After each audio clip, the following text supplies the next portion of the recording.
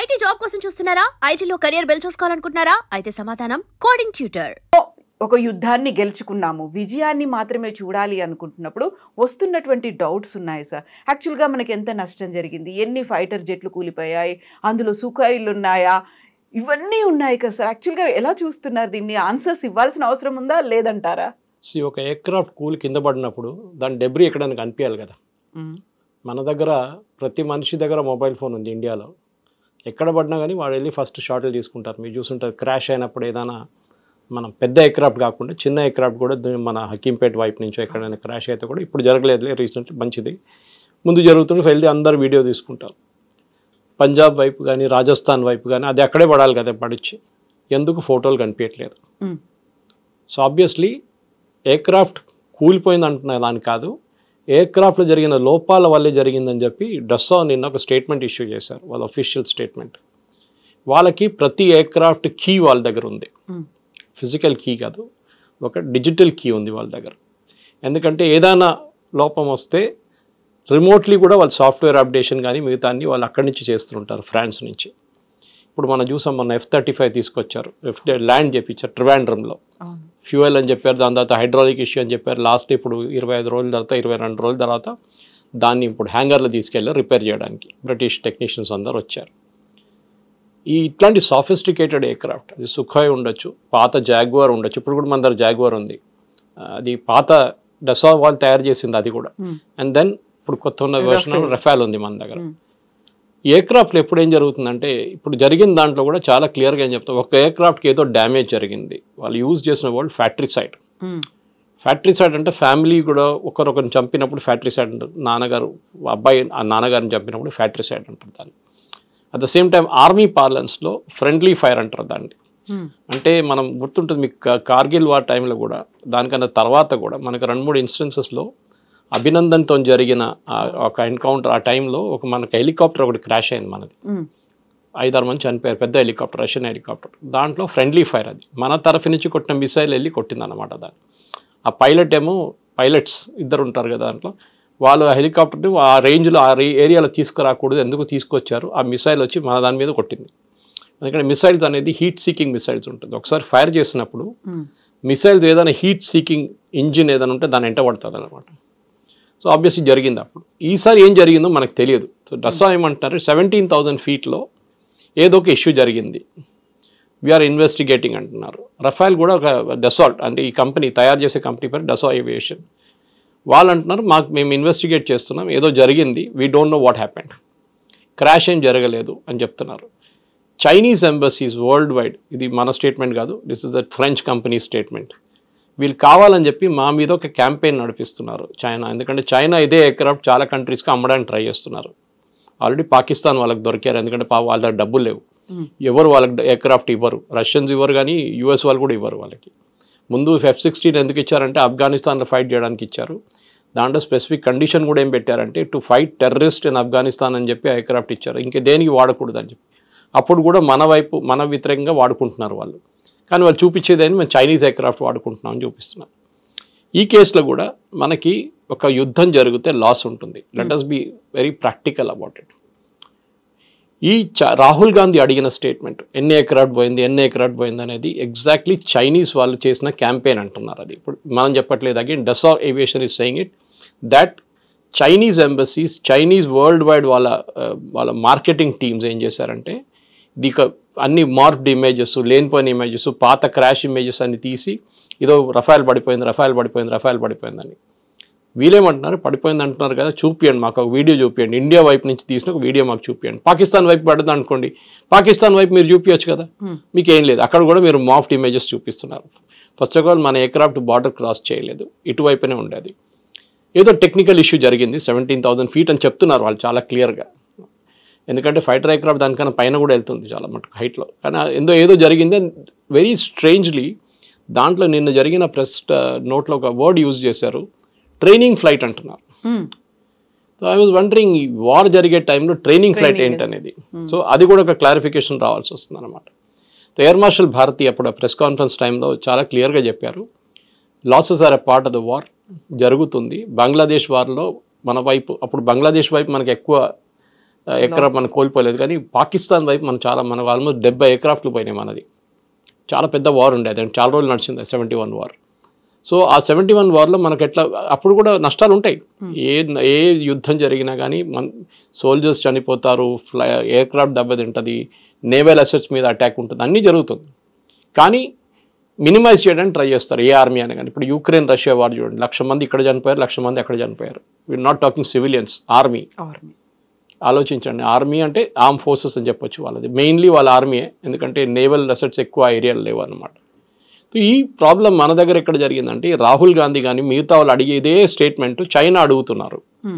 So Rafale ఏమంటున్నారంటే, డసా ఏమంటున్నారు, కావాలని చెప్పి చైనా వాళ్ళ ఏజెంట్ని కూడా ఎంప్లాయ్ చేసుకున్నారు దీంట్లో.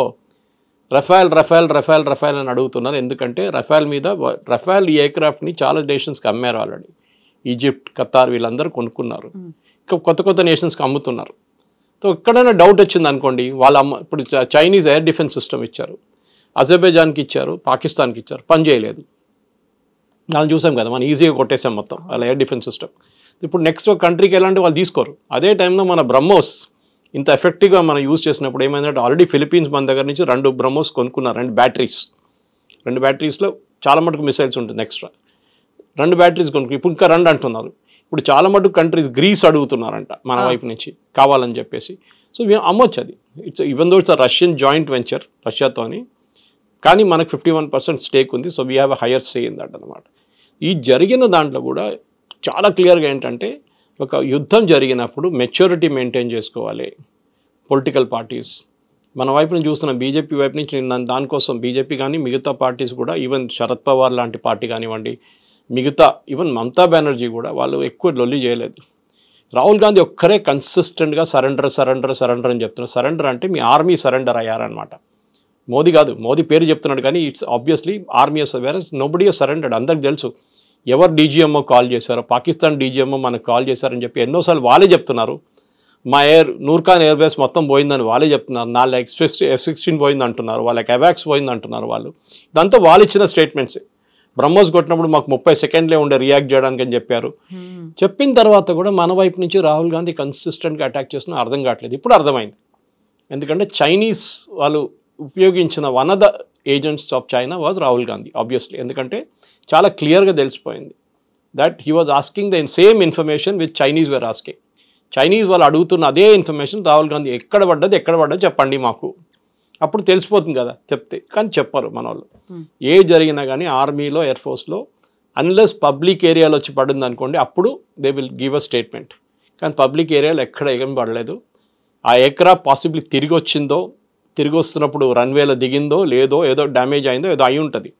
సో దానికోసం Rafale says 1 aircraft is out of service. వాళ్ళు యూజ్ చేసిన వర్డ్ అది, out of service. So if it is right of simple. Otherwise వాళ్ళు రీప్లేస్ చేస్తారంటే దాన్ని రీప్లేస్ చేస్తారు రేపు. ఇది మన కార్ కొనేటప్పుడు ఉంటుంది, ఒక సంవత్సరం లోపల పని చేయకపోతే మొత్తం చాలా పెద్ద ప్రాబ్లం ఉంటే దాన్ని మెయింటెనెన్స్ చేయకపోతే దాన్ని రిటర్న్ చేసేస్తారు. ఇప్పుడు మనం చూసాం ట్రివాండ్రంలో వచ్చిన ఎయిర్క్రాఫ్ట్ కూడా అదే. ఫస్ట్ వాళ్ళు ఏమన్నారు, లో ఫ్యూయల్ అన్నారు. లో ఫ్యూయల్ తర్వాత చూస్తే హైడ్రాలిక్ అన్నారు. హైడ్రాలిక్ కోసం వాళ్ళ HMS ప్రిన్స్ ఆఫ్ వేల్స్ నుంచి ఒక హెలికాప్టర్ క్రూని తీసుకొచ్చారు. వాళ్ళు ట్రై చేశారు, వాళ్ళతో కాలేదు. మళ్ళీ వాళ్ళు రిటర్న్ వెళ్ళిపోయారు. మళ్ళీ కొత్త టీం మొన్న వచ్చారు, ఒక 40 మంది వచ్చారు వాళ్ళు రిపేర్ చేయడానికి. సో ఇదేదో చిన్న ఎయిర్క్రాఫ్ట్ కాదు, ఇదే కార్ రిపేర్ చేయడమో లేకుంటే ఒక 2-wheeler రిపేర్ చేయడం కాదు. ఇది $100 million ఎయిర్క్రాఫ్ట్ అంటే ఆలోచించండి దాని యాక్చువల్ రేట్ ఎంత ఉంటుంది మన ఇండియన్ కరెన్సీలో.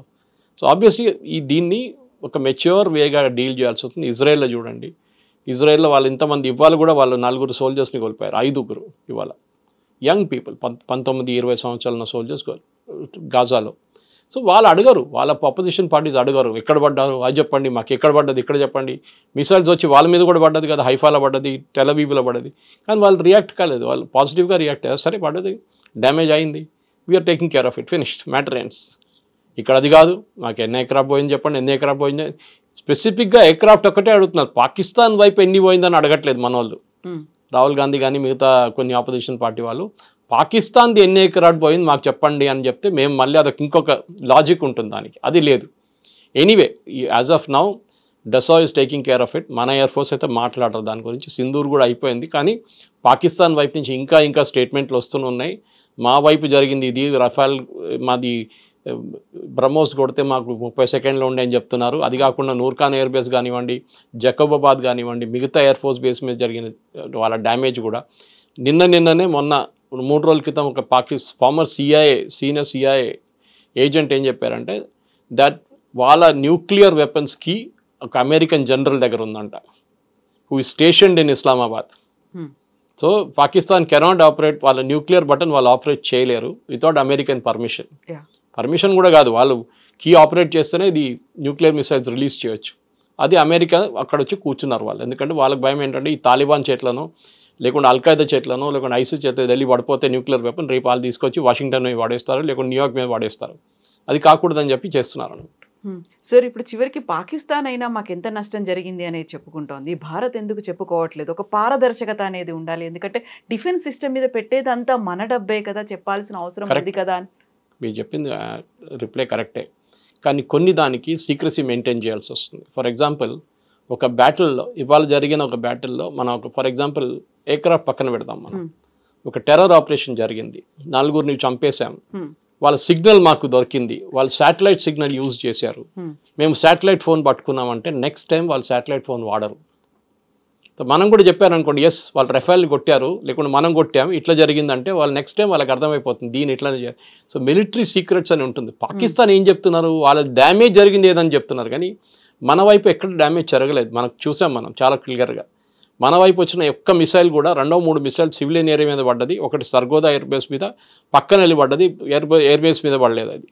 సో పాకిస్తాన్ మన యాకాక్ గన్స్ అంటారు, అంటే యాంటీ ఎయిర్క్రాఫ్ట్ గన్స్ నుంచి S-400 దాకా చాలా బాగా పనిచేస్తుంది. మల్టీలేయర్ డిఫెన్స్ సిస్టమ్ దాంట్లో మనం చూసాం చాలా మటుకు ఎట్లా పనిచేస్తుంది. అది దాని క్లారిటీ కూడా చాలా మంది మనం టీవీలో చూసాం రాత్రిపూట. 5-6 మిసైల్స్ వెళ్ళి ఉంటుంది అక్కడిక్కడ, that is okay, it's still Akashteer పనిచేస్తుంది బాగానే. కానీ డ్యామేజ్ జరిగింది అన్ని పబ్లిక్ డొమైన్లో చెప్పక్కర్లేదు. It is a protracted war, అంటే చాలా రోజులు నడిచిన యుద్ధం అంటే అప్పుడు చెప్పొచ్చు ఇంతమంది చనిపోయారు, ఇంతమంది ఎయిర్క్రాఫ్ట్ పోయింది, ఇన్ని నేవల్ అసెట్స్ మీద అటాక్ జరిగింది, ఇంత ఆర్మీ వాళ్ళు చనిపోయారు అని చెప్పి అప్పుడు చెప్తాం. కార్గిల్లో చెప్పాం కదా, కార్గిల్లో ఏ నష్టం జరిగింది అందరికీ తెలుసు. కార్గిల్లో వాళ్ళ ఎంతమంది పోయారని చెప్పి చాలా క్లియర్గా మనం అక్కడ గ్రేవ్స్ కూడా తయారు చేసాం వాళ్ళ కోసం. విజయ్ దివస్లో we celebrate those days with the fallen soldiers martyrs కోసం. ఈ కేసులో మనం చెప్పక్కర్లేదు, ఎందుకంటే we're holding lot of proprietary information. Next surgical strike అప్పుడు చెప్పలేదు, ఇది ప్రెసిషన్ స్ట్రైక్, ఇది కూడా చెప్పలేదు. చెప్పరు, ఎప్పుడు చెప్పరు. ఎందుకంటే మీరు సర్జికల్ స్ట్రైక్లో మేము ఇట్లా కొట్టామని చెప్తే నెక్స్ట్ టైం వాళ్ళు రెడీగా ఉంటారు దానికోసం. యూ షుడ్ నెవర్ సే మేము పాకిస్తాన్ ఎట్లా కొట్టామని మన వాళ్ళు ఇప్పుడు కూడా చెప్పట్లేదు. నూర్ఖాన్ బేస్ ఎట్లా కొట్టామని చెప్పట్లేదు, జకోబాబాద్ ఎట్లా కొట్టామని చెప్పట్లేదు, కైరానా హిల్స్ దగ్గర ఏం చేసాం మనం చెప్పట్లేదు. So we're not speaking. అది maturity of an army is there. Israel వాళ్ళు ఇంత పెద్ద క్యాంపెయిన్ చేశారు ఇరాన్ మీద, వాళ్ళు మొత్తం ఇన్ఫర్మేషన్ ఇచ్చారు బయట, ఎక్కడ ఇవ్వలేదు. అటాక్ చేసాం, బాంబ్ చేసాం. యూఎస్ కూడా B-2 బాంబర్స్ తీసుకెళ్ళాం, కొట్టాం. డ్యామేజ్ ఎంత జరిగింది, సబ్స్టాన్షియల్ డ్యామేజ్, అంతే. పిక్చర్స్ ఎవరైనా దొరకవచ్చు. Today you can go to any international thing, వాళ్ళు శాటిలైట్ పిక్చర్స్ మీకు ఇస్తారు. పాకిస్తాన్కి 10 నిమిషాలు పడుతుంది ఆ శాటిలైట్ పిక్చర్ కొనడానికి. దాని నుంచి వాళ్ళకి క్లియర్గా తెలిసిపోతుంది ఏమైనా మన ఎయిర్క్రాఫ్ట్ కింద పడితే దాని విజువల్స్ ఉంటుంది, దాంట్లో ఏ విజువల్స్ లేదు, ఎక్కడ లేదు. సో మనం సీక్రసీ మెయింటైన్ చేయాలి, చాలా ఇంపార్టెంట్. అన్ని పబ్లిక్ డొమైన్లో చెప్పక్కర్లేదు. ఓకే, మనుషులు చనిపోతే క్లియర్గా తెలిసిపోతుంది, ఎందుకంటే మనం వీ హోల్డ్ ఒఫిషియల్ ఫ్యూనరల్స్. నిన్ననే పాకిస్తాన్ ఒక కార్గిల్లో చనిపోయిన ఒక సోల్జర్ని మేము బాడీ తీసుకోమని చెప్పిన వాళ్ళకి నిన్న వాళ్ళు విక్టరీ పరేడ్లో వాళ్ళు ఒక మెడల్ ఇచ్చారంట ఆయనకి, చనిపోయిన ఆయనకి. First they refuse to accept his body from India. మన వైపు నుంచి మనమే దాన్ని బరీ చేసాం అన్నమాట బాడీని. అట్లాంటి మనుషులు వాళ్ళు, మన అట్లా కాదు. మన ఫాలన్ సోల్జర్స్ని మనం ఎప్పుడు రెస్పెక్ట్ ఇస్తాం, వాళ్ళ ఫ్యామిలీకి బాడీ ఇక్కడ పంపిస్తాం, అన్నీ జరుగుతుంది. ఈసారి కూడా చూసాం మనం అది జరిగిందంతా. పహల్గామ్లో జరిగింది కానివ్వండి, మిగతా అన్ని ప్లేసెస్లో కూడా we take care of our soldiers very well. అది ఉంది. అసెట్స్ ఎక్కడైనా పోయిందంటే చాలా క్లియర్గా ఎయిర్ మార్షల్ భారతి వర్డ్ కూడా యూజ్ చేశారు, all our pilots are safe. ఎప్పుడైనా ఎయిర్క్రాఫ్ట్ ఫ్లయింగ్ టైంలో ఏదైనా ప్రాబ్లం వచ్చినప్పుడు సార్ట్అవుట్ చేయకపోతే దాన్ని సార్ట్అవుట్ చేయలేము అని. ఎందుకంటే పైలట్ దగ్గర మైక్రో సెకండ్స్ ఉంటుంది, 5-10 సెకండ్లో డిసైడ్ చేయాల్సి వస్తుంది ఏం చేయాలని. ఇంజిన్ పని చేయట్లేదు, ఇంజిన్ ఫ్లేమ్ అవుట్ అయిపోయింది, లేకుంటే ఏవియానిక్స్ పోయింది, ఇంకా ఎయిర్క్రాఫ్ట్ని కంట్రోల్ చేయలేము. వాళ్ళు లాస్ట్ మినిట్ దాకా ల్యాండింగ్ ట్రై చేస్తారు మళ్ళీ తీసుకొచ్చి ల్యాండ్ చేయడానికి. కానీ అది కూడా కాకపోతే ఏం చేస్తారంటే the instruction to all the pilots is eject. వాళ్ళ దగ్గర ఒక బటన్ ఉంటుంది, ప్రెస్ చేస్తే పైకి ఎయిర్క్రాఫ్ట్ నుంచి బయటికి వెళ్ళిపోతారు, పారాషూట్ ఓపెన్ అయితే ల్యాండ్ అయిపోతారు. ఎయిర్క్రాఫ్ట్ పోతుంది, ఎక్కడో వెళ్ళి పడిపోతుంది. అది ఎందుకు చేస్తున్నారంటే ఒక ఎయిర్ ఫోర్స్ పైలట్ని ట్రైన్ చేయడానికి మీరు 2.5-3 కోట్లు ఖర్చు పెడతారు. Your life is more valuable than the aircraft రేపు కొనొచ్చు.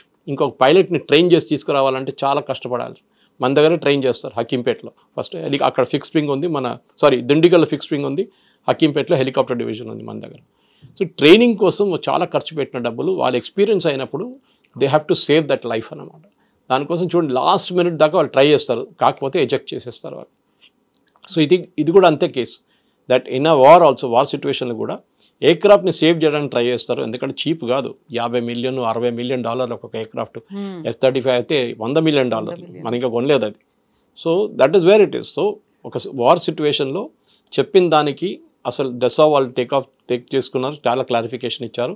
మన వైపు నుంచి కూడా అక్కడిక్కడ కాకుండా మనం స్టేట్మెంట్లు ఇచ్చాం. మన CDS అనిల్ చౌహాన్ గారు కానీ, మన ఎయిర్ ఫోర్స్ చీఫ్ కానీ, మన ఒక అటాచ్ కూడా ఒక ప్రెస్ కాన్ఫరెన్స్ చేశారు, ప్రెజెంటేషన్ చేశారు. సో కానీ దాన్ని కూడా మన మీడియా ట్విస్ట్ చేస్తారన్నమాట. ఏదైనా చెప్తే మోదీ గారు ఎందుకు చెప్పలేదు, మోదీ గారు ఎందుకు మాట్లాడలేదు అని మోదీ గారు చెప్పక్కర్లేదండి. ఒక డిఫెన్స్ మినిస్టర్ ఉన్నారు, డిఫెన్స్ సర్వీసెస్ ఉన్నారు, వాళ్ళు మాట్లాడతారు ప్రొఫెషనల్గా, వాళ్ళకి తెలుసు ఇట్లా మాట్లాడాలని.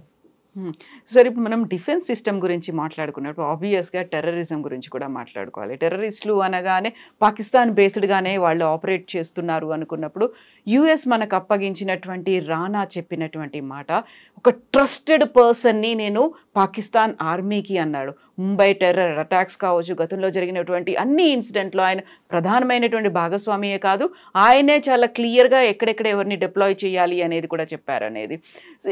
ఎందుకని అంత ఒక ట్రస్టెడ్ పర్సన్ని అనే ఒక మాట, పాకిస్తాన్ ఆర్మీ నన్ను చాలా నమ్మింది అని ఆయనైతే ఒక స్టేట్మెంట్ ఇచ్చాడు. అక్కడే బోల్డ్ అని క్వశ్చన్స్ కూడా ఉన్నట్టున్నాయి కదా సార్. ఆయన ముంబైలో అదే దాడులు జరిగిన టైంలో ఉన్నాడా లేడా, ఎందుకని యూఎస్కి వెళ్ళిపోయాడు, దుబాయ్కి వెళ్ళాడు, ఇలాంటివన్నీ సార్. దుబాయ్కి వెళ్ళాడని చెప్పి ఎయిర్పోర్ట్లో ఒక ఎగ్జిట్ చూపిస్తుంది ఆ టైంలో, అప్పుడు ఇన్వెస్టిగేషన్ చూపిస్తుంది. కానీ దాని తర్వాత ఆయన ఇప్పుడు ఏమంటున్నా అంటే నేను రిటర్న్ వచ్చానని చెప్తాను. మనం అందరూ అనుకున్నాం అంటే పాకిస్తాన్లో వాళ్ళ హ్యాండ్లోస్తో నువ్వు కూర్చున్నాడు అనుకున్నాం మనం. డేవిడ్ కోల్మన్ హెడ్లీ కానివ్వండి, తహవూర్ రానా కానివ్వండి, ఐడెంటిఫికేషన్లో స్పాట్స్లో ముంబైలో ఆల్మోస్ట్ 20 స్థానాలు వాళ్ళు ఫస్ట్ రెక్కీ చేసుకున్నారు. Chhatrapati Shivaji terminus, Leopold cafe Taj పక్కన ఉంటుంది, తాజ్ పక్కన ట్రైడెంట్, హబాద్ హౌస్ అంటే వీళ్ళ ఇజ్రాయలీ వాళ్ళది ఒక గెస్ట్ హౌస్ లాగా, ప్లస్ ప్రేయర్ అక్కడ చేస్తారు వాళ్ళు. అది కాకుండా మిగతా ప్లేస్లో కూడా వాళ్ళు అనలైజ్ చేసుకున్నారు ఇక్కడెక్కడ అటాక్ చేయాలని. కానీ లాస్ట్లో they నారోడ్ down to these places. Comma హాస్పిటల్కి తర్వాత వెళ్ళారు, ఇట్ వాజ్ అన్ఫార్చునేట్ థింగ్. అది ఎందుకు వెళ్ళారో ఎవరు తెలియట్లేదు క్లియర్గా. కానీ ఈ అటాక్ జరిగిన దానికి తహవూర్ హుస్సేన్ రానాకి మొత్తం అన్ని ప్లేసెస్ చాలా క్లియర్గా తెలుసు. ఎందుకంటే నేను దీనికన్నా ముందు కూడా బహుశా మీ ఛానల్ మాట్లాడాను, ఇంకో ఛానల్ మాట్లాడినాను. RVS మణి గారి ఒక పుస్తకం గురించి చెప్పాను నేను, the myth of saffron terror అని చెప్పి. ఆయన అండర్ సెక్రటరీ హోమ్ ఉండే అప్పుడు 26/11 జరిగినప్పుడు. దాంట్లో చాలా క్లియర్గా ఏం చెప్పారంటే the entire attack, Pakistan coordinate చేసిన అటాక్లో భారతదేశం వైపు నుంచి కూడా చాలామంది హెల్ప్ చేశారు, మన వైపు నుంచి, ఎస్పెషలీ ముంబైలో. ఎందుకంటే మీకు ఆ రోజు సాయంత్రం వీళ్ళందరూ కోలివాడాలో దిగినప్పుడు పాకిస్తాన్ నుంచి టెర్రరిస్ట్ ఇంక్లూడింగ్ కసబ్తో ఉన్న వాళ్ళు 10-12 మంది ఉన్నారు. వాళ్ళు పెద్ద పెద్ద కిట్లు తీసుకొని దిగారు. మీరు ముంబైలో కోలివాడ నుంచి బయటకు వచ్చినప్పుడు మిమ్మల్ని అక్కడ ఉన్న ఫిషర్మెన్ వాళ్ళు అడుగుతారు మీరెవరు బాబు అని చెప్పి. ఆ రోజు ఎవరు ఏం అడగలేదు, అంటే వాళ్ళతో తోడు ఎవరో ఉన్నారు లోకల్ అసెట్. మళ్ళీ మీరు కోలివాడ నుంచి బయటకు వస్తే, if you know Mumbai very well, ఆ టైంలో ఊబర్ లేదు, ఓలా లేదు, ట్యాక్సీలు దొరకవు మీకు. ఈవినింగ్ 5-5:30 టైంలో వాళ్ళందరికీ ట్యాక్సీలు, డిఫరెంట్ లొకేషన్కి ట్యాక్సీలు రెడీగా ఉండే. ఇండియన్ కరెన్సీ అఫ్కోర్స్ తెచ్చుకుంటూ ఉంటారు వాళ్ళే. ఇదంతా ఎవరు చేయించారంటే న్యాచురల్లీ లోకల్ అసిస్టెన్స్ తీసుకున్నారు. తాజ్ మహల్ హోటల్ బయట ఒక ఛాయ్ అమ్మేటోడు ఒక మనిషి ఉండే, ఛాయ్ పానీపూరి అదంతా అమ్మేటో మనిషి, ఒక బండి ఉంటుండే ఎప్పుడు. ఆ రోజు రాత్రి తర్వాత ఆ బండి కనిపించట్లేదు, బండి లేడు, మనిషి లేడు, ఎక్కడ పోయింది తెలియదు. ఎందుకంటే ఈ ఎంటైర్ థింగ్కి ఎంక్వైరీ ఎక్కడ జరగలేదు. You will be surprised that ఇంత పెద్ద ఘటన జరిగిన తర్వాత కూడా భారతదేశం తరఫు రైట్ నుంచి ఒక ఎంక్వైరీ జరగలేదు. వీళ్ళేమో రాహుల్ గాంధీ అంటున్నారు పెహల్గామ్ ఎంక్వైరీ కావాలని చెప్పి. Intelligence failure. దీనికన్నా పెద్ద ఇంటెలిజెన్స్ ఫెయిలియర్ ఏముందండి? ఆ బోట్ పాకిస్తాన్ నుంచి దిగినప్పుడు మన కోస్ట్ గార్డ్ ట్రాక్ చేసుకున్నారు ఆ బోట్, మీకు తెలుసు బహుశా స్టోరీ అది. అండ్ వాళ్ళు ఇండియన్ కోస్ట్కి దాగానే ఇంకొక బోట్ని తీసుకొని దాని నుంచి వాళ్ళు ఇండియాకి వచ్చారు. ఇదంతా మన వాళ్ళు కోస్ట్ గార్డ్ అబ్జర్వ్ చేశారు. అప్పుడు చిదంబరం గారు పార్లమెంట్లో ఇచ్చిన రిప్లై ఉంది అది, yes we were tracking that boat అని చెప్పి. నేను చెప్పట్లేదు, చిదంబరం గారు చెప్పారు పార్లమెంట్లో, డిసెంబర్లో చెప్పారు అది. కానీ ద లాంగ్ స్టోరీ షార్ట్ ఏంటంటే బేసిక్లీ తహవూర్ హుస్సేన్ రానా ఈ చెప్పిన మాటకి పాకిస్తాన్ ఇప్పుడు కూడా నిరాకరిస్తారు. వాళ్ళు చెప్పారు మాకేం కనెక్షన్ లేదని చెప్తారు. వాళ్ళు డెఫినెట్గా చెప్తారు. ఏ దొంగ చెప్తారండి నేను దొంగతనం చేశానని చెప్పాడు. ఇప్పుడు పోలీసు వాళ్ళకి అది కొడితే అప్పుడు ఆడు చెప్తాడు నేను దొంగతనం చేశానని చెప్పి. ఇది అదే సంగతి అనమాట. ఇప్పుడు ఈ కన్ఫెషన్ ఇచ్చేసారు, అయిపోయింది. దీని తర్వాత ఏంటి నెక్స్ట్? పాకిస్తాన్ని can we hold them accountable ఇన్ని సంవత్సరాల తర్వాత? చేయాలంటే అప్పుడే చేయాలండి. We should have gone to international court of justice. లేకుంటే మన వైపు నుంచి కూడా ఒక ట్రయల్ కండక్ట్ చేసి పాకిస్తాన్లో ఉన్న ఈ హ్యాండ్లర్స్, అఫ్కోర్స్ మన అందరికీ తెలుసు, లష్కర్ తోయిబా కానివ్వండి, జైషే మహమ్మద్ కానివ్వండి, వీళ్ళు చేపించిన వాళ్ళ మీద చర్యలు చేపియాలండే. అప్పుడు చేయలేదు, అప్పుడున్న కాంగ్రెస్ గవర్నమెంట్ చేయలేదు. తహోర్ హుసేన్ రానాని కూడా యుఎస్ పట్టుకున్నారు, మనం పట్టుకోలేదు. యుఎస్ పట్టుకున్న తర్వాత అది కూడా ఒక వీసా వైలేషన్ మీద పట్టుకున్నారు. ఓకే, ఆ టైంలోనే వీళ్ళకి డౌట్ వచ్చింది. ఎందుకంటే యుఎస్లో కస్టమ్స్ వాళ్ళు కూడా అబ్జర్వ్ చేస్తున్నారు ఇమిగ్రేషన్, వీళ్ళు ఫ్రీక్వెంట్లీ పాకిస్తాన్కి వెళ్తున్నారు, వస్తున్నారు, ఎందుకు అని చెప్పి డౌట్ వచ్చి అప్పుడు అరెస్ట్ చేసిన మంచి అప్పుడు జరిగిందనమాట అరెస్ట్. దాని తర్వాత ఆయన బెయిల్ రిలీజ్ చేశారు, మళ్ళీ అరెస్ట్ చేశారు ఇంకొక కేసులో. దాని తర్వాత అక్కడి నుంచి మన ఎక్స్ట్రడిషన్ ప్రొసీడింగ్స్ పెట్టాం. మోదీ గవర్నమెంట్ వచ్చిన తర్వాత మనం మన ఇంటర్పోల్ అరెస్ట్ వారెంట్ పెట్టాం. దాన్ని బట్టి చాలా పెద్ద లీగల్ బ్యాటిల్ తర్వాత దొరికాను. మన అందరికీ స్టోరీ తెలుసు అనమాట. కానీ రానా చెప్పిన అదే స్టోరీని కరాబరేట్ చేయాలంటే చాలా క్లియర్గా పాకిస్తాన్లో ఉన్న ఐఎస్ఐ ఏజెంట్లు, అంటే ఐఎస్ఐ అంటే పాకిస్తాన్ ఆర్మీని, అది లష్కర్ తోయిబా, జైషే మహమ్మద్ అంతా ఫ్రంట్ ఎండ్ వీళ్ళు. ఇన్ఫ్యాక్ట్ మీరు ఈ ఆపరేషన్ సింధూర్ జరిగినప్పుడు కూడా మీరు చూసుంటారు, ఒక ఫ్యూనరల్ జరిగింది, స్టేట్ ఫ్యూనరల్. 3 టెర్రరిస్ట్కి పాకిస్తాన్ ఫ్లాగ్ డ్రేప్ చేశారు. పాకిస్తాన్ ఆర్మీ సీనియర్ ఆఫీసర్స్ వచ్చి సెల్యూట్ కొట్టారు. పాకిస్తాన్ సోల్జర్స్ ఆ బాడీని క్యారీ చేశారు. మీరు టెర్రరిస్ట్ ఉన్నప్పుడు మీరు ఎందుకు చేస్తున్నారండి పాకిస్తాన్ ఆర్మీ? పాకిస్తాన్ ఏం చేశారంటే ఐఎస్ఐ వాళ్ళు డెప్యుటేషన్ వెళ్తారు టెర్రరిస్ట్ గ్రూప్స్కి. సో మీ మేజర్ కానివ్వండి, కర్నల్ లెవెల్ కానివ్వండి, ఈవెన్ సోల్జర్ జవాన్ లెవెల్లో వాళ్ళని డెప్యూట్ చేస్తారు టు ట్రైన్ దెమ్. వాళ్ళు ఈ స్ట్రైక్లో చనిపోయారు. ఆ మస్జిద్ లోపల వాళ్ళు కూడా ఉన్నారు ఆ రోజు మనం కొట్టినప్పుడు. సో న్యాచురల్లీ వాళ్ళ సోల్జర్స్ చనిపోయినప్పుడు వాళ్ళు టెర్రరిస్ట్ అని చెప్పి పక్కన పడేయలేరు కదా. They have to show that respect. It's mean open admission అనమాట. మీరు అడిగిన ప్రశ్నకి ఐఎస్ఐ కనెక్షన్ ఉందంటే yes, here is the proof. Sponsor చేస్తున్నారు. ఇప్పుడు వాళ్ళు రిటర్న్ ఇస్తారని చెప్పి బిలావల్ భుట్టో చెప్తున్నారు. అది పాత కథ, అది ఏం జరగదు ఎప్పుడు. ఎందుకంటే ఫస్ట్ ఆఫ్ ఆల్ దావూద్ ఉన్నారంటే దావూద్ లేడు పాకిస్తాన్లో, దుబాయ్లో ఉన్నాడు. మళ్ళీ అంటాడు చనిపోయింది అంటారు, మళ్ళీ దావూద్ ఎక్కడ కనిపిస్తారు మళ్ళీ. ఇదంతా అందరికి తెలిసిన స్టోరీ. అది పాకిస్తాన్ FATF లిస్ట్ నుంచి బయటకు వచ్చారు ఇప్పుడే, గ్రే లిస్ట్ నుంచి, ఫైనాన్షియల్ టాస్క్ ఫోర్స్ నుంచి. దట్ ఈస్ టెర్రరిజం స్పాన్సర్ చేస్తున్న నేషన్గా. మనం ఆ ప్రెషర్ ఎప్పుడు పెట్టుకుంటూ రావాలి. మీరు చూసుంటారు పెహల్గాం తర్వాత ఇవాళ దాకా ఒక మేజర్ అటాక్ జరిగిందండి జమ్మూ కాశ్మీర్లో. ఎందుకు మనం అడగాల్సింది? బికాస్ ఇండియా ఏం వార్నింగ్ ఇచ్చారంటే నెక్స్ట్ టైం ఒక అటాక్ జరిగితే మా సెక్యూరిటీ ఫోర్సెస్ మీదో లేకుండా మా సివిలియన్స్ మీద నడుస్తుంది, మేము పాజ్ బటన్ ప్రెస్ చేసి మళ్ళీ ప్లే చేసేస్తాం ఇంకోసారి. Operation Sindoor will restart. We have not cease fire పెట్టగానే ఆపరేషన్ సింధూర్ ఆపలేదు. We will start the war again. పాకిస్తాన్కి అదొక భయం ఉంది ఇప్పుడు, దట్ ఇదైనా ఇక్కడ వెళ్ళి ఇవ్వడానికి కొడితే మా మీద వస్తుంది కదరా బాబు అని చెప్పి వాళ్ళు ఇప్పుడు వీళ్ళ మీద కంట్రోల్ ట్రై చేస్తున్నారు. దానికోసం Bilawal Bhutto statement that we will hand over him అని చెప్పి. ఎవరిని పాసిఫై చేయడానికి అంటారు, ఎవరిని సాటిస్ఫై చేయడానికి? They know better and we know better అది కాదు అనే మాట. అందులో హఫీజ్ సయీద్ కొడుకు కూడా అంటున్నాడు ఆయన ఎవరు మా నాన్నని ఇవ్వడానికి అనే మాట. ఇంతకీ హఫీజ్ సయీద్ ఎక్కడున్నాడు? జైల్లో ఉన్నాడా, ఫ్రీగా తిరుగుతున్నాడా అనేది? ఇది ఏంటంటే పాకిస్తాన్ ఆర్మీ, పాకిస్తాన్లో రెండే నడుస్తుందండి, Allah and army, religion and army.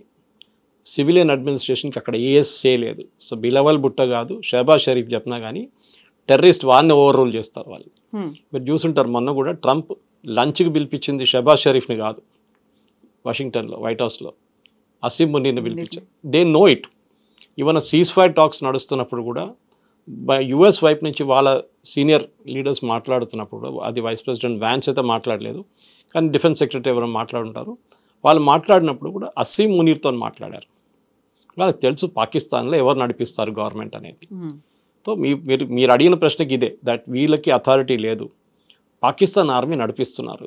ఇది ఎందుకు చెప్తున్నారంటే ఒక ఇంటర్నేషనల్ కన్జంప్షన్ చెప్తున్నారు. చూడండి మేము ఇంత ఓపెన్గా ఉన్నాం, మేము మా దగ్గర టెర్రరిస్ట్ ఉంటే మేము ఇచ్చేస్తూ ఉంటున్నాం, కానీ భారతదేశం ఒప్పుకోవట్లేదు అనే మాట కూడా అన్నాడు. మన వద్దంటావా? వీళ్ళేమంటారు అప్పుడు ఇంకేదో కండిషన్ పెడతారు దానికి, అరే మీ వైపు ఉన్న RSS వాళ్ళని మాకు ఇచ్చేయమంటారు. అది అన్నీ వస్తుంది అట్లాంటి కండిషన్. మనకు తెలుసు ఇదంతా ఎక్కడ వేర్ ఇట్ లీడ్స్ టు అని తెలిసిపోతుంది. సమజ్దార్కు ఇషారా కాఫీ అంటారు హిందీలో. అదే చాలా క్లియర్గా తెలిసిపోతుంది. ఇప్పుడు టెర్రరిస్ట్ అనగానే మీ వైపు కూడా టెర్రరిస్ట్ ఉంది కదా, ఆర్ఎస్ఎస్ వాళ్ళు ఉన్నారు కదా, బీజేపీ విహెచ్పి వాళ్ళు ఉన్నారు కదా, బజరంగ్ వాళ్ళని మాకు అప్పగించండి, వాళ్ళు పాకిస్తాన్లో బలూచిస్తాన్లో బాంబు వేస్తున్నారు, మాకు అది అప్పగించండి అని చెప్తారు. అప్పుడు ఏం చెప్తారు మనం? అప్పుడు ఓరపు అంటాం మనం, మాకు పని లేదు మీరు పెట్టుకోండి కావాలంటే మేము చూసుకుంటాం అని పని తర్వాత అని చెప్పేసి. ఇజ్రాయెల్ అదే చేస్తున్నారు కదా, టార్గెటెడ్ హిట్టింగ్. ఎక్కడైనా కానీ వాళ్ళు ఎవరు ఉన్నా కానీ, ఇరానియన్స్ కానివ్వండి, హమాస్ కానివ్వండి, హెజ్బుల్లా కానీ కొడతాడు వాళ్ళని. మనం కూడా అదే నేర్చుకోవాలి, అదే పాలసీ మనం కూడా ఫాలో చేయాలి. ఈ సర్జికల్ స్ట్రైక్స్ కానీ, దాని తర్వాత ఫస్ట్ అటాక్ జరిగిన 7వ తారీఖు 8వ తారీఖు, that is 7th night 8th morning జరిగిన అటాక్లో సేమ్ పాలసీ ఫాలో చేయాల్సింది. అది తహవూర్ రానాకు ఇచ్చిన అడ్మిషన్తో మనకి ఇంకా స్ట్రెంగ్తన్ అయింది. మన ఇది ఇంటర్నేషనల్ ప్రాసిక్యూషన్ ఇప్పుడు చేయలేము, చాలా లేట్ అయిపోయింది, ప్రూఫ్స్ అన్ని పోయినాయి మొత్తం. కానీ వీ కెన్ మెయింటైన్ ఎఫ్ఏటిఎఫ్ లిస్ట్లో పాకిస్తాన్ని మళ్ళీ తీసుకురావాలి, గ్రే లిస్ట్లో తీసుకొచ్చేద్దాం ఫస్ట్. గ్రే లిస్ట్లోనే వాళ్ళకి చాలా ప్రాబ్లం రాబోతుంది అనమాట. సో ఇవన్నీ ఇప్పుడు మీరు చెప్పినట్టుగా ఎలా ఎస్టాబ్లిష్ చేస్తారు సార్? ఎస్, నేను ఒక ట్రస్టెడ్ పర్సన్ని అని చెప్పాడు రానా, అయితే దాన్ని ఎస్టాబ్లిష్ చేయడానికి ఆల్రెడీ అన్నీ వాష్అవుట్ అయిపోయాయి, అక్కడ ఏవీ లేవు, అక్కడ విట్నెస్ లేవు, అసలు ఏవీ లేనప్పుడు ఎలా ఎస్టాబ్లిష్ అవుతుంది? మారల్ విక్టరీ అండి, అంతే. మనందరికి తెలుసు, రానాను తీసుకొచ్చి మన ఒక కండిషన్ పెట్టారు యుఎస్ కోర్టు, రానాని డెత్ సెంటెన్స్ ఇవ్వకూడదు అని చెప్పేసి.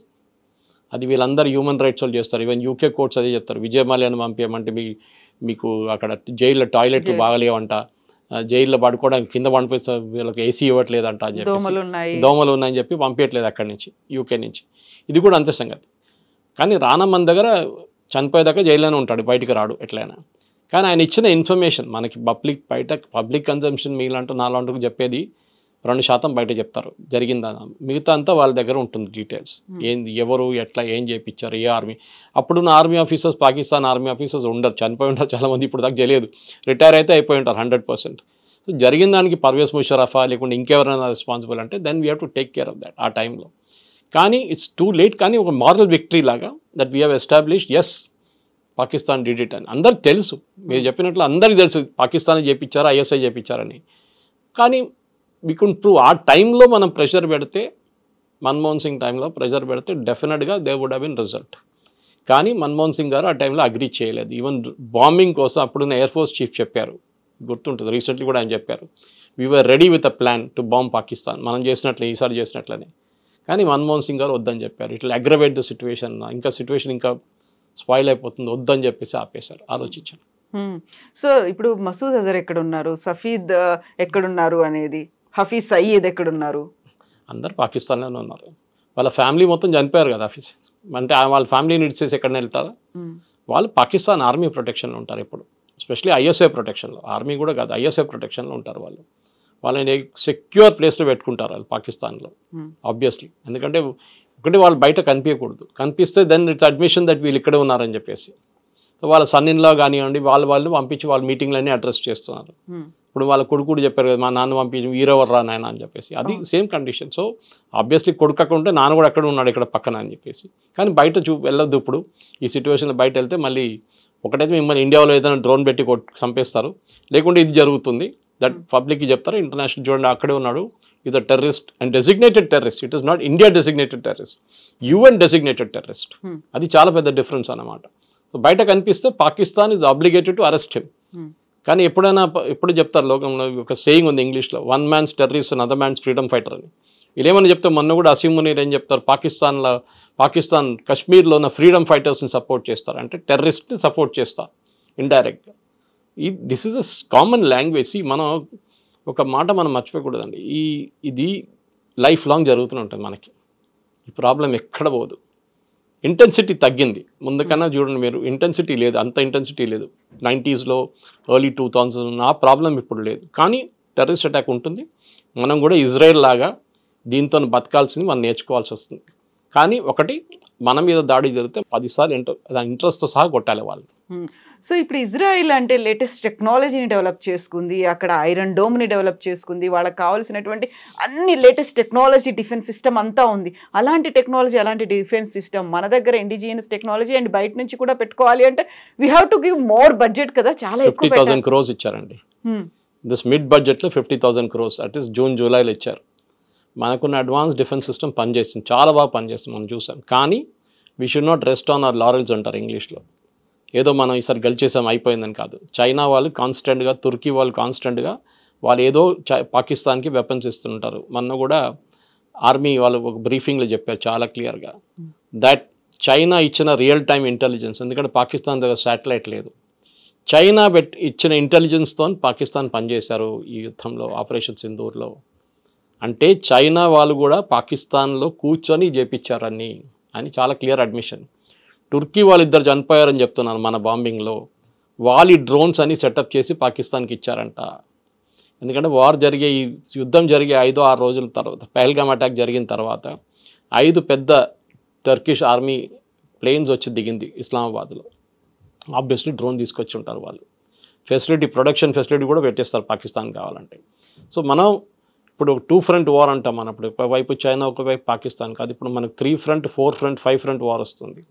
ఇండైరెక్ట్గా తుర్కీ, ఇండైరెక్ట్గా చైనా, వీళ్ళందరూ మన మీద దాడి చేస్తున్నారు. సో మనం కూడా రెడీ ఉండాలి. దానికోసం మనం ఏం చేయాలి, వాళ్ళ ఎనిమి ఎవరు ఉన్నారో వాళ్ళని హెల్ప్ చేయాలి. సో మన ఈ కేసులో అర్మీనియాని హెల్ప్ చేస్తున్నాం. అజర్బైజాన్తో వాళ్ళకి గొడవ ఉంది. నకోర్నా ఖరాబాగ్ ఏరియాలో ఒక పెద్ద మన లాగానే పాకిస్తాన్ ఆర్మీ ఇండియా కొట్టుకుంటున్నట్టు కాశ్మీర్ ఏరియాలో వాళ్ళ దగ్గర ఒక నకోర్నా ఖరాబాగ్ అనే ఏరియా ఉంది. Armenia is a Christian country and Azerbaijan is Islamic country. So మనం అర్మీనియాని హెల్ప్ చేస్తున్నాం. ఇప్పుడు కాదు, ముందు నుంచి చేస్తున్నాం. బహుశా మనకు ఒక ఎయిర్ ఫోర్స్ బేస్ కూడా ఉంది అక్కడ, ఎవరు చెప్పట్లేదు, మాట్లాడలేదు దాని గురించి. లాంగ్ బ్యాక్ న్యూస్ ఉండే ఒక టైంలో that we have an air force base in Armenia అని చెప్పి. అది కాకుండా ఇప్పుడు మోదీ గారు మన గ్రీస్కి వెళ్ళారు. We offered our entire defence cooperation. అంటే గ్రీస్కి తుర్కీకి పడదు, తుర్కీ వాళ్ళ పెద్ద ఏరియా ఆక్యుపై చేసుకున్నారు గ్రీస్ వాళ్ళది. వాళ్ళకి ఇప్పుడు దాకా డిఫెన్స్ ప్యాక్ట్ కింద వాళ్ళకి ఏం దొరకట్లేదు, నేటో అని చెప్పుకుంటారు వాళ్ళందరూ, కానీ యాక్చువల్ హెల్ప్ ఏం రావట్లేదు. Whereas Turkey is a NATO member. So obviously మనం కూడా గ్రీస్ని వెళ్ళి హెల్ప్ చేయాల్సింది. అండ్ నిన్న కూడా పేపర్లో ఒక రిపోర్ట్ వచ్చింది that India is offered to give unspecified number of missiles. అంటే పేరు లేదు, మిసైల్స్ ఇవ్వబోతున్నాం. భయం ఉంటే చాలు టర్కీకి దట్ ఇండియా మిసైల్స్ అక్కడ వచ్చి కూర్చున్నది. వాళ్ళు బ్రహ్మోస్ పంపించారో, ఆకాష్ తీర్ పంపించారో, అగ్ని పంపించారో మనకు తెలియదు, కానీ అక్కడ ఉందని చెప్తే దే గెట్ అ మెసేజ్, మీరు పాకిస్తాన్ హెల్ప్ చేస్తే మేము ఇక్కడి నుంచి మిమ్మల్ని కొడతామని చెప్పేసి. సో మనకి ఇక్కడ శత్రు దేశాలు అలా మెల్లిమెల్లిగా పెరిగిపోతున్నాయి. +1 అన్నట్టుగా యాడ్ ఆన్ అయిపోతున్నప్పుడు మన ప్రధానమంత్రి ఏంటి, ఒక చిన్న చిన్న దేశాలకు వెళ్తున్నాడు. ఘనా వెళ్ళారు, ఇటు ట్రినిడాడ్ టొబాగోకి వెళ్ళారు, ఒకేసారి 5 దేశాలు కంటిన్యూ చేసుకొని వచ్చేసారు. అంత అవసరమా అని వచ్చేటువంటి మాటలకు ఏం చెప్తారు మీరు? ఒక్కొక్క దేశంలో మీరు అనలైజ్ చేస్తే గానా కానివ్వండి, ఇప్పుడు లోకంలో అన్నిటికంటే ఎక్కువ ఏ దేశమైనా కానీ, ఈవెన్ ట్రంప్ రేర్ ఎర్త్స్ గురించి చూస్తున్నారు. రేర్ ఎర్త్స్ అంటే మినరల్స్, లిథియం ఉండొచ్చు, మిగతా మెటల్స్ ఉండొచ్చు. మన దగ్గర మోనోజైట్ శాండ్స్ ఒకటి ఉంది కేరళ వైపు, దాని నుంచి మనం యురేనియం కూడా ప్రొడ్యూస్ చేస్తాం. ఇప్పుడు అన్నిటికంటే పెద్ద ప్రాబ్లం ఏమొస్తుందంటే నెక్స్ట్ 6 నెలలకి మ్యాగ్నెట్స్ లేవు మన దగ్గర. మ్యాగ్నెట్స్ అనేది ఎలక్ట్రానిక్ ఐటమ్స్లో మన కెమెరాలు ఉండొచ్చు, మన సిస్టమ్స్ ఉండొచ్చు, వెహికల్స్ ఉండొచ్చు, దీంట్లో చిన్న చిన్న మ్యాగ్నెట్స్ యూస్ చేస్తారు. ఇది మొత్తం కంట్రోల్ చైనా చేతిలో ఉండే ఇప్పుడు దాకా. మనం ఇన్వెస్ట్ చేయలేదు దాని మీద, మనం దాన్ని పట్టించుకోలేదు అసలు. చైనా పంపిస్తున్నాడు కదా, అక్కడ తీసుకుందాం, మన ఎందుకు పెట్టాలి ఫ్యాక్టరీ అని చెప్పి. ఇప్పుడు చైనా వాళ్ళు బంద్ చేసేసారు. మీరు చూడండి, నెక్స్ట్ 6 months మీకు కార్లు దొరకవు, వెయిటింగ్ లిస్ట్ పెరుగుతుంది. కోవిడ్ టైంలో మనకు చిప్స్ ఇవ్వటం రాలేదనుకోండి, కొరియా నుంచి చిప్స్ రాలేదు ఆ టైంలో, మనకు ప్రాబ్లం వచ్చింది. సో మోదీ గారు ఈ దేశాలకు వెళ్ళి వాళ్ళతో టైఅప్ చేసుకుంటున్నారు.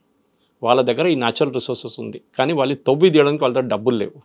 సో వీఆర్ ఆఫరింగ్ మనీ, అదంతా బయటికి రాదు, అదంతా అగ్రిమెంట్లో వాళ్ళు సైన్ చేసుకున్నారు, విట్ ఈస్ నాట్ డిస్క్లోజ్డ్. ఎక్కడైనా గానా కానివ్వండి, జాంబియా కానివ్వండి, బ్రెజిల్ కానివ్వండి, అర్జెంటీనా, ఎవ్రీ ప్లేస్ మోదీ గారు వెళ్ళిన ప్లేస్లో న్యాచురల్ రిసోర్సెస్ చాలా ఉన్నాయి. వాళ్ళకి డబ్బులు కావాలి, వీ విల్ గివ్ 50 million లేకుండా 100 million ఇచ్చి ఒక జాయింట్ వెంచర్ కంపెనీ పెట్టి మనం అక్కడి నుంచి we will dig it out. దానికోసం వెళ్తున్నాం. మనం అనుకుంటే చిన్న చిన్న ట్రినిడాడ్ అండ్ టొబాగో ఎందుకు, చాలా క్రూషియల్ రిసోర్సెస్ ఉన్నాయి ఈ ప్లేసెస్లో అన్నింటిలో. So we have to ensure మనం దీన్ని డెఫినెట్గా గయానా లాంటి దానికి అని చెప్పాము, గుర్తుంటుందా మీకు? అండమాన్స్ దగ్గర గయానా లాగా ఆయిల్ ఫీల్డ్స్ అని చెప్పాము.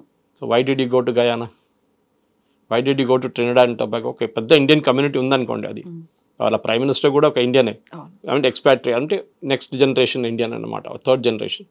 కానీ ఇప్పుడున్న ప్రధానమంత్రి కానీ ప్రెసిడెంట్ కానీ, నాట్ జస్ట్ మోదీ గారు, ఎవరైనా కానీ ఇంటర్నేషనల్ విజిట్స్కి వెళ్తున్నప్పుడు వాళ్ళ కంట్రీ దగ్గర ఉన్న ప్రోడక్ట్స్ని అమ్మడానికి ట్రై చేస్తారు. ఒకటి, అక్కడి నుంచి ఏం తెప్పించుకోవాలి అది చూస్తారన్నమాట.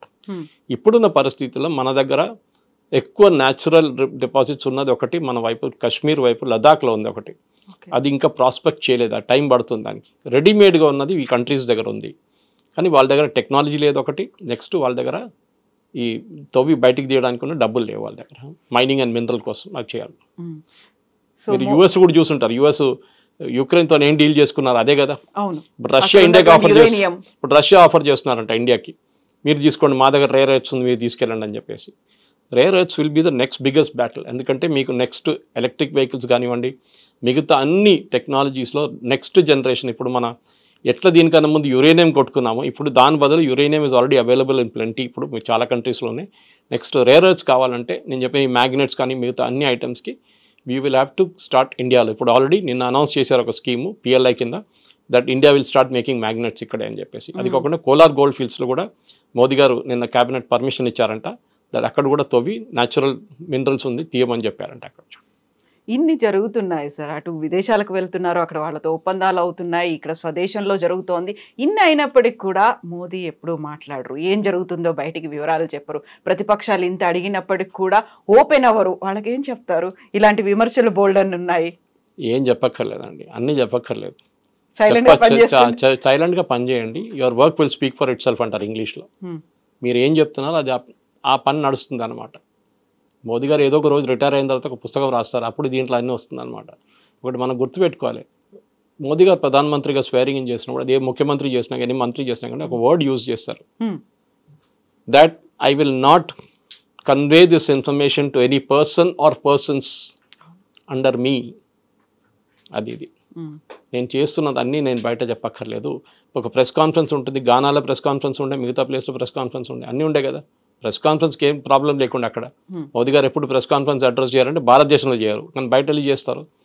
ఆ రోజు కూడా అడ్రస్ గానాలో అడ్రస్ చేశారు, ట్రినిడాడ్ అండ్ టొబాగోలో ఇండియన్ కమ్యూనిటీని అడ్రస్ చేశారు. వాళ్ళకి అన్ని ప్లేసెస్ చేస్తున్నారు. ఒప్పందం ఏం పెట్టాం, 10 ఒప్పందాలు చేశారు. జయశంకర్ గారు 5, గడ్కరీ గారు 2, పీయూష్ గోయల్ గారు 3, నిర్మలా సీతారామన్ గారు 2, ఇట్లా అందరూ సైన్ చేసుకుంటారు అగ్రిమెంట్లు. సో అగ్రిమెంట్స్ ఆర్ సైన్, కానీ కొన్ని అగ్రిమెంట్స్ పేపర్లో బయట కనిపించదు. ఎందుకంటే ట్రంప్ పక్కన కూర్చున్నారు, చూస్తున్నారు మీరు ఏం తీసుకుంటున్నారు, ఎక్కడ గురించి ఏం గుంజుకుంటున్నారు. ఇప్పుడు చూస్తున్నాం కదా, మన ఇండియా కూడా రష్యా నుంచి ఆయిల్ కొనకూడదు అంటున్నారు. మనం ఎప్పుడు 40% మన ఆయిల్ రష్యా దగ్గర నుంచి వస్తుంది. మనకి ముందు మనం వెస్ట్ ఏషియా నుంచి తీసుకుంటుండే, సౌదీ అరేబియా కానీ ఇరాన్ కానీ, అక్కడి నుంచి మనం ఆయిల్ తీసుకుంటే ఇరాక్ నుంచి, కువైత్ నుంచి. ఇప్పుడు అది కాకుండా we're now buying oil from Russia 40%. ఎందుకంటే మనకి $60 పర్ బ్యారెల్కి ఇస్తున్నారు, ఒకసారి 50కి ఇస్తున్నారు పర్ బ్యారెల్ రష్యా. ఇంకా రష్యా మీద అంత కంప్లీట్ బ్యాన్ పెట్టేశారు యూఎస్, కానీ మనం కొంటున్నాం.